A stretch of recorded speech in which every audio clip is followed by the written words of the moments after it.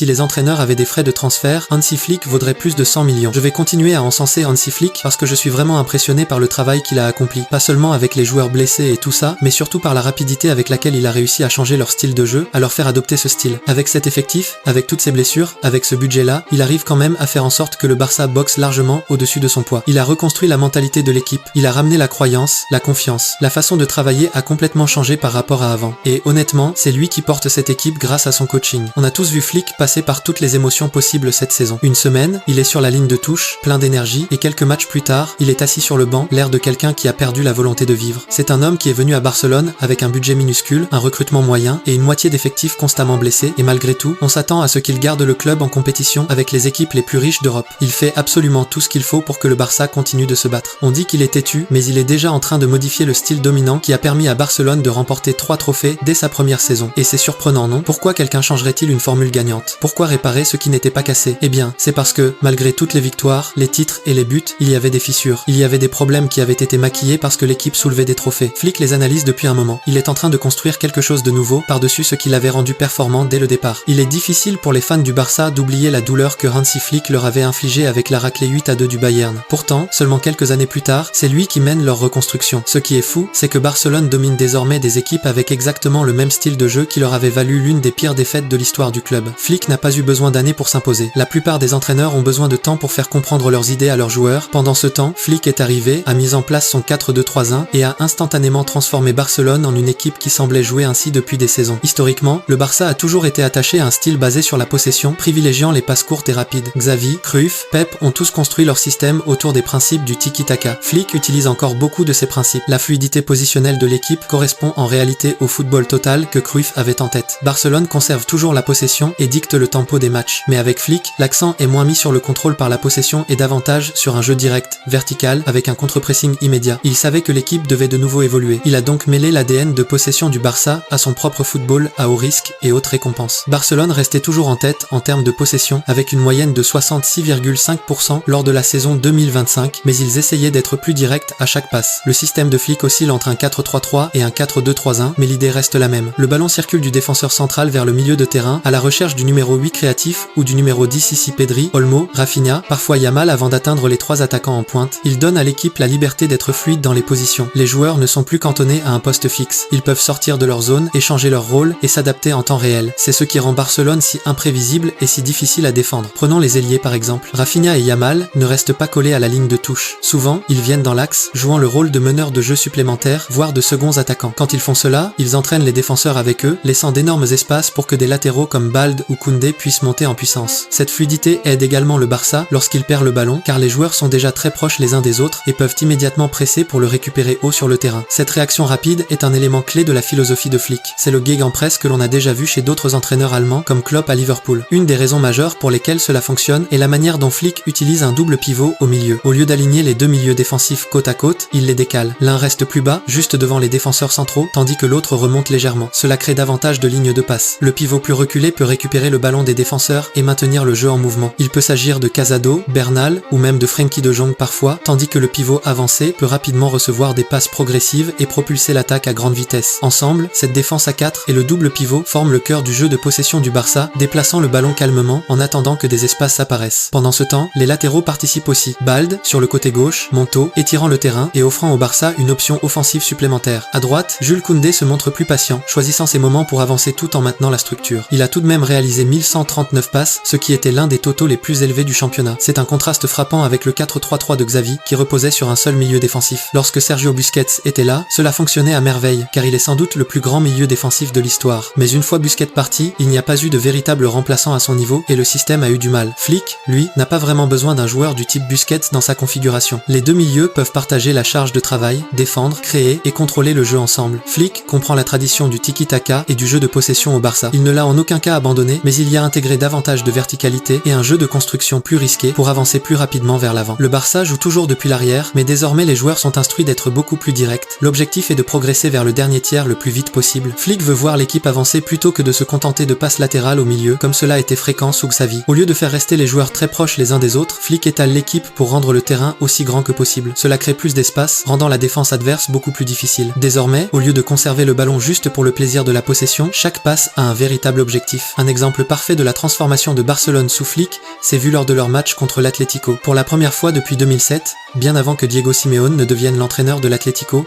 son équipe a laissé filer un avantage de 2 buts. Il menait 2-0 contre le Barça et pourtant, à la fin du match, c'était 4-2 pour les visiteurs. Non seulement la remontée fut impressionnante, mais les types de buts marqués par Barcelone l'étaient tout autant.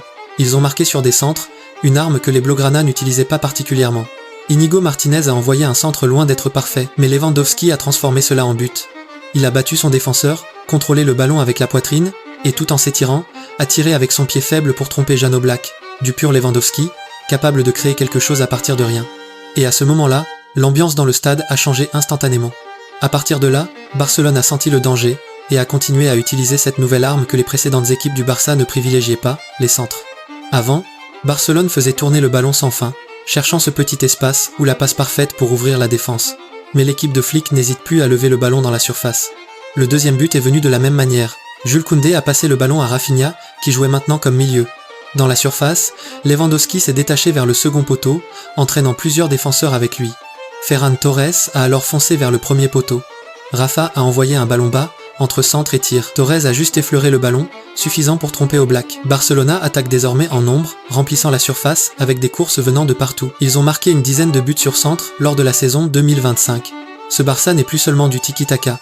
Ils savent encore passer et combiner, mais désormais, si la construction soigneuse ne fonctionne pas, ils peuvent jouer directement. Le Barça de Flick cherche également à pénétrer les défenses par derrière. Je parle ici de l'équipe qui exploite l'espace derrière la ligne défensive adverse. Ils y parviennent grâce au mouvement du numéro 9. Dans cet exemple, il s'agit de Lewandowski, il ne se contente pas de rester immobile en attendant les centres. Il n'est pas Ronaldo. Souvent, il décroche, attirant les défenseurs centraux hors de leur position. S'ils le suivent, tant mieux, cela crée de l'espace derrière pour que les autres attaquants s'engouffrent. S'ils ne le suivent pas, il est libre de recevoir le ballon et de combiner avec le joueur en position de numéro 10. Ensuite, pendant que Lewandowski décroche, des joueurs comme Yamal et Rafinha effectuent déjà des courses derrière la défense. C'est un cauchemar à défendre, car les défenseurs sont partagés entre fermer Lewandowski ou couvrir l'espace derrière eux. Cette approche explique pourquoi Barcelone a réalisé le plus de passes en profondeur de toute la Liga. Une grande partie de ce succès revient aussi à Pedri. Ces passes changent complètement la donne. Lorsque le Barça récupère le ballon au milieu de terrain, Pedri est généralement celui qui lance le contre. Il est exceptionnel pour recevoir le ballon, se retourner rapidement et chercher immédiatement à jouer vers l'avant. Une autre raison pour laquelle le Barça a marqué autant de buts est que Flick a beaucoup fait confiance aux jeunes et aux bancs. Si le trio offensif titulaire a logiquement reçu la majorité des louanges, le reste de l'équipe a également largement contribué au but. Seul, l'Atlético Madrid a eu plus de buts en Liga, provenant de ses remplaçants que le Barça. Ferran Torres, qui jouait en tant que 9 remplaçant, a réalisé sa meilleure saison avec le club. Il a marqué 15 buts toutes compétitions confondues, approchant presque les contributions de Vini lors de sa saison Ballon d'Or. Puis il y a eu Fermín López, un autre joueur qui n'était pas assuré de commencer, n'ayant débuté que 11 de ses 31 matchs. Pourtant, il a apporté 5 buts. Ce qui rend cela encore plus impressionnant, c'est le nombre de joueurs différents ayant trouvé le chemin des filets. Entre la Liga et la Ligue des Champions, Barcelone a eu 16 buteurs différents lors de la saison 2025. Flick a transformé l'attaque en un effort collectif où les buts pouvaient venir de partout sur le terrain. Et maintenant, avec Marcus Rashford et Dani Olmo complètement rétablis, Flick dispose de encore plus d'armes. Le Barça a toujours été un club qui croit en ses jeunes, et Hansi Flick a veillé à ce que cette tradition perdure. Ces dernières années, chaque entraîneur a donné à la nouvelle génération la chance de briller. Ronald Koeman a fait entrer Pedri, Gavi et Balde dans l'équipe première. Xavi a ensuite donné ses débuts à Lamine Yamal, Pau Cubarsí et Fermín López. Aujourd'hui, Flick poursuit cet héritage, leur énergie et leur faim ont été essentiels au style de jeu rapide et implacable du Barça. Ce pressing est particulièrement intense. Barcelone se classe deuxième de Liga en PPDA, c'est-à-dire le nombre de passes autorisées par action défensive, ce qui signifie que les adversaires ont à peine le temps de respirer avant qu'une nuée de joueurs blaugrana ne les encercle. Si le ballon est perdu au milieu, les latéraux comme Balde et Koundé montent immédiatement pour fermer les options de passe sur le côté aveugle derrière eux. Que ce soit Pedri et Casado ou Pedri et De Jong, les milieux traquent agressivement, coupant les lignes centrales. Ensuite, en attaque, les trois attaquants se replient, verrouillant le ballon dans des zones dangereuses jusqu'à ce que Barcelone le récupère. Mais par-dessus tout, ce que Flick a vraiment réussi, c'est de changer la mentalité au sein du club. Malgré le nombre de blessures survenues en 2025, il n'a jamais cherché d'excuses. On le voyait dans son langage corporel et ses interviews. Il n'était jamais satisfait. Lorsque Barcelone battait Valladolid 7-0, il poussait l'équipe à continuer à marquer pour atteindre le 8e but. Quel phénomène! Il ne s'est jamais plaint du manque d'activité sur le marché des transferts, ni dit qu'il avait besoin de plus de joueurs. Il a clairement indiqué qu'il travaillerait avec ce qu'il avait, et que l'effectif était plus que capable de se battre pour tous les trophées, ce qui s'est avéré exact. Cela peut sembler être de simples mots, mais le langage compte énormément lorsqu'on dirige une équipe. Il montre la conviction de l'entraîneur, et cette conviction se transmet ensuite aux joueurs. Cela se reflète également dans le style de jeu du Barça. L'équipe ne cesse de courir de la première à la dernière minute du match. Cette confiance explique aussi pourquoi presque tous les joueurs se sont améliorés sous Flick. Rafinha a prospéré avec lui. Il avait déjà montré des éclairs de génie sous Xavi, mais sous Flick, il a atteint un autre niveau. Il marquait, il faisait des passes décisives. Sa vitesse et ses déplacements intelligents le rendaient parfait pour le style direct de Flick. Puis il y a Robert Lewandowski, renaissant sous Flick comme à ses jours de gloire au Bayern Munich. Sa meilleure saison était survenue avec Flick, et maintenant l'histoire se répète. Lewy marque à nouveau avec aisance, jouant en tant qu'attaquant complet dans le système. À un âge où beaucoup de buteurs ralentissent, il continue de marquer comme s'il était encore à son apogée, comme s'il avait 28 ans à nouveau sous Flick. Maintenant, aussi excitant que soit le Barça, le système de Flick n'est pas parfait. Le Barça sous Flick aime jouer sur le fil du rasoir en défense. La ligne arrière monte très haut, défiant les équipes d'essayer de percer. La plupart du temps, cela fonctionne comme par magie. Lors de la saison 2025, ils ont surpris l'adversaire hors jeu 174 fois, le total le plus élevé d'Espagne. Quand tout le monde se déplace parfaitement ensemble, il n'y a plus d'espace, le terrain semble disparaître et les équipes sont contraintes à la faute. Mais c'est un jeu risqué. Si un seul défenseur, un seul joueur se trompe de timing ou n'est pas synchro avec le reste de l'équipe, un énorme espace s'ouvre derrière la ligne arrière. Et contre de bonnes équipes, elles vous puniront. Regardez la demi-finale de Ligue des Champions contre l'Inter. Lautaro Martinez et ses coéquipiers avaient le plan. Curvez votre course derrière la ligne, attendez le ballon en profondeur et foncez. Encore et encore, ces passes ont percé le piège du Barça. Barcelone a quand même marqué, mais l'Inter a montré comment vitesse et timing peuvent faire éclater cette défense à haut risque. L'idée de Flick est simple, maintenir la pression, marquer un but, aller en chercher un autre, presser sans relâche, continuer de courir. La plupart du temps, c'est spectaculaire et ça fait gagner des matchs, mais en football, à élimination directe, ça peut se retourner contre vous.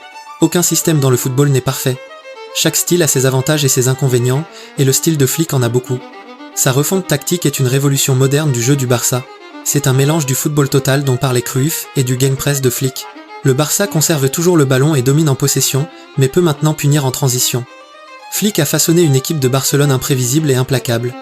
Son style ne se limite pas à gagner.